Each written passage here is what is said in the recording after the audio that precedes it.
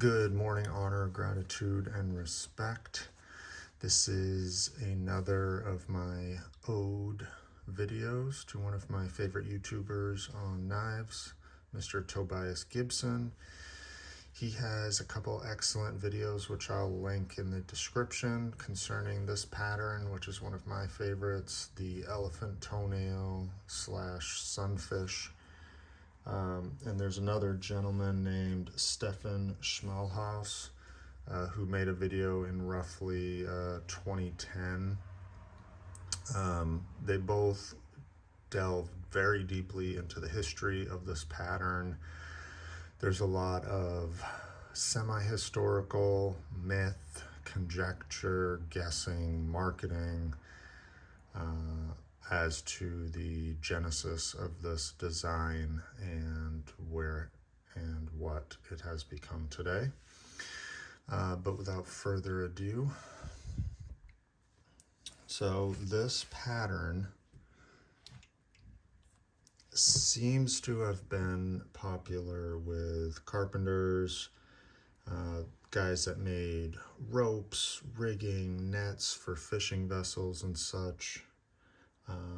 Mostly it's a blue collar pattern, being that it's relatively easy to carry in some of the older designs of attire, you know, like picture a wool vest with like a watch pocket on each side. I think even the pants pockets, the trouser pockets were different. So this would slip in easy, but you know, as you can see, the blade is fairly short and wide, usually pretty thick, so it's definitely a working man's knife. You know, you also see some evidence, you know, you'd have to like really dig into this. I've watched all the videos I can on YouTube and read as many comments as I can find on this, so you know, you'll see snippets of guys commenting that, you know, these were popular with early surveyors, you know, with their, I believe they're called like sight sticks, you know, figure you're going through like rough country, forest, etc. You know, this would be something that you could kind of like bash around in a also small centered task, you know, getting sticks ready, you know, where like an axe or a hatchet might be too big. Also like hardware store, that type of thing, farm. But as far as being used on fishing vessels and specifically whaling vessels, I have not seen evidence of that, at least on the East Coast. So I am an islander. I've been to the Nantucket Whaling Museum a few times, and I'll show some pictures of that too, either in this video or in another video. But I don't see any evidence that you know, any type of folding knife was used on at least, you know, the Nantucket Island whaling endeavors. You know, there's tons of harpoons and axes and a plethora of other weaponry they have there.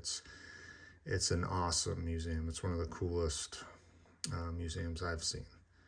But in any event, yeah, there's no pocket knives there. So for what it's worth, from what I've seen in my wanderings and historical research, I don't know. I think that was more a marketing gimmick, but you know, who knows? Maybe somebody out there, you know, correct me if I'm wrong. If you have some direct evidence which counteracts that, let me know. So this is a sunfish, and this is what's referred to as an equal end. So the top and bottom are the same size. You know, this is, I don't know, it says 1 of 500. I think these are like China knives. I don't remember who made these, but awesome shield. So this is like a sunfish. fish, matching the pattern. Pretty cool. I believe they're fairly accessible on eBay. So here's another one. This is, I believe, a Rough Rider, Zombie Nick. And this is more of a sleeve board pattern. So you have an unequal end. The top bolster is much larger than the small. It's got a pen blade, which seems to be the like kind of, agreed to pattern with these at this point. So you've got this larger kind of spear pointy blade and then a penknife at the bottom.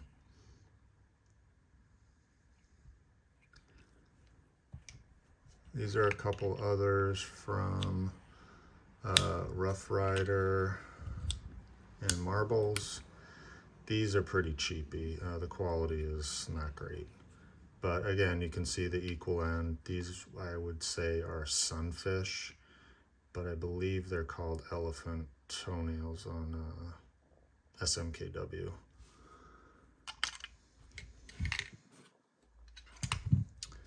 This is another one from Rough Rider. I can't remember what this one's called, but you can see it's got more of like a cleaver type blade. This is I think black and blue series, so it's got kind of like a saw cut, bomb shield. I know Tobias doesn't really care that much, but this RT stamp on the bolster is pretty terrible. I wish they'd just completely do away with that. But definitely a cool one. I really like the walk and talk of this. It's a little soft, probably like a, I don't know, 5 or a 6. It's more than like a Coke bottle. Like the GEC 97 is notoriously light. These are pretty neat. Yeah, definitely if you're interested in this pattern, I'd recommend this over one of these. These are just pretty low quality. But this guy's, it's neat. All right. Now GEC makes a couple patterns, sort of like an amalgamation of the patterns. So this is a 36,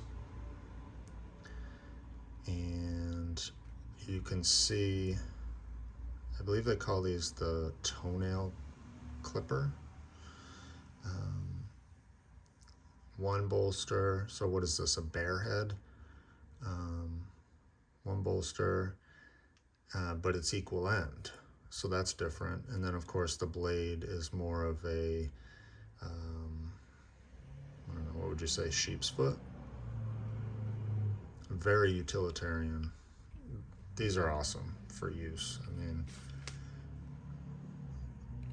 really cool knives. Some of the best action, I think, in their entire lineup.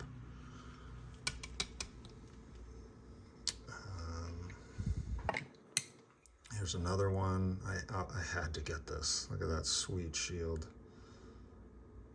This one is definitely the elephant toenail clipper, but on the same pattern, 36. So just a different, this one has like a deeper swedge on the top. This one's a little shallower, and then this has the long pull. This is India jig bone.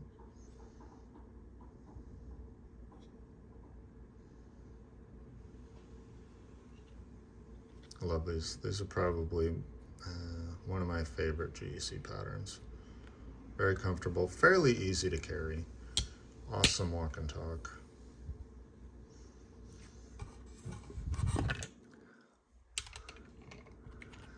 This is a Winchester model 29, maybe.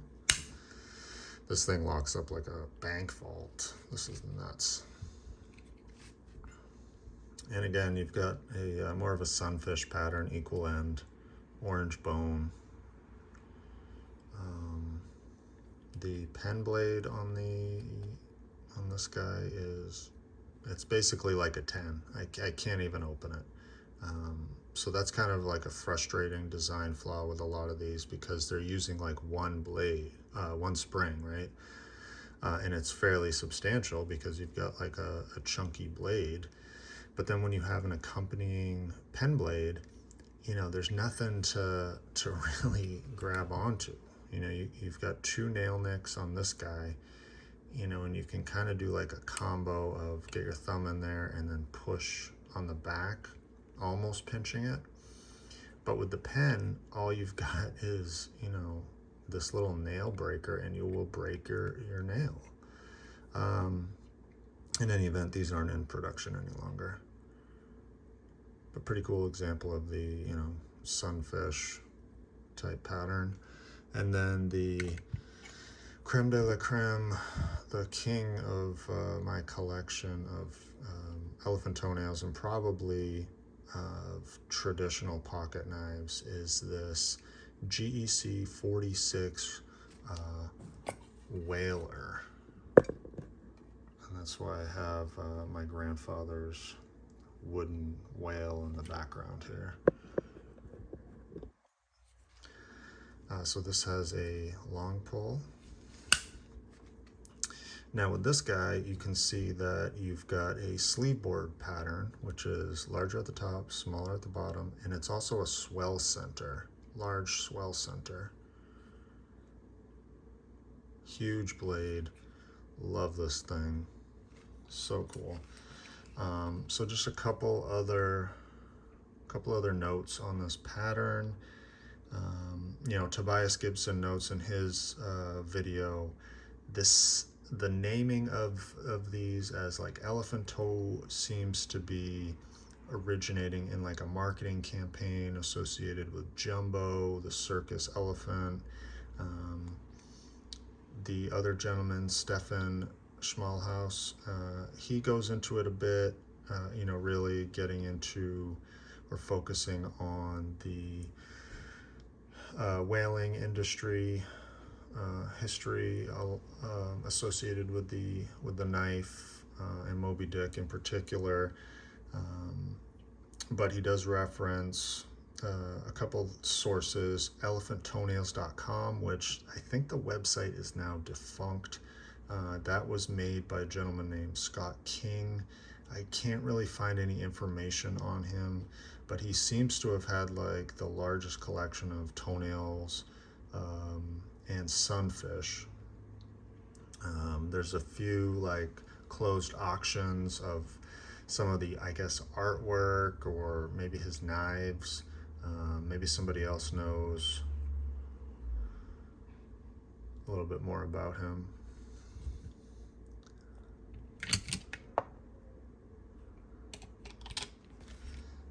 And again, you know, whatever you call it, whatever you think it originated as, you know, the term elephant toenail and sunfish are used pretty interchangeably at this point. You know, GEC, toenail clipper, or whaler, you know, or whether you call it the English rope knife. Seems like Case made it on a pattern number 50, starting in around 1915. C. Platts may have done the same thing. Let's see, Case also made a snowshoe pattern at one point. I think that's a fairly, like, probably 80s, so fairly old model. And then again, the GEC 46 is the whaler. This is the 36, and I will link those other excellent videos because we are now closing in on 15 minutes. But a lot of cool history with this knife, a lot of supposition and myth and legend and marketing. And at the end of the day, we have an excellent pattern. I think still stands up. I mean, I would throw this in my tool bags, you know, to do carpentry or, you know, work on the house or whatever. It's very useful, a very cool classic knife.